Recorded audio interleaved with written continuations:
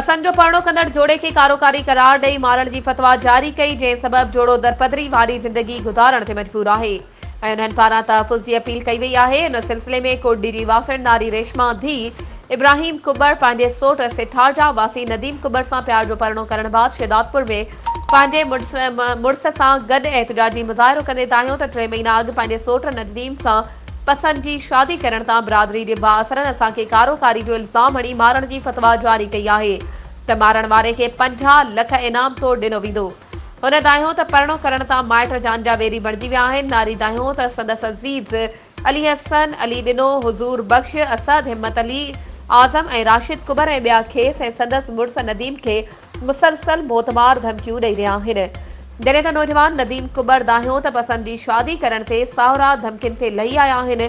प्रेमी जोड़े IG Sindh DIG Sukkur समेत पुलिस अख़्तियारनि खां मुतालबो कयो त धमकियूं ॾींदड़नि ख़िलाफ़ कानूनी कार्रवाई करे खेनि तहफ़ुज़ फ़राहम कयो वञे।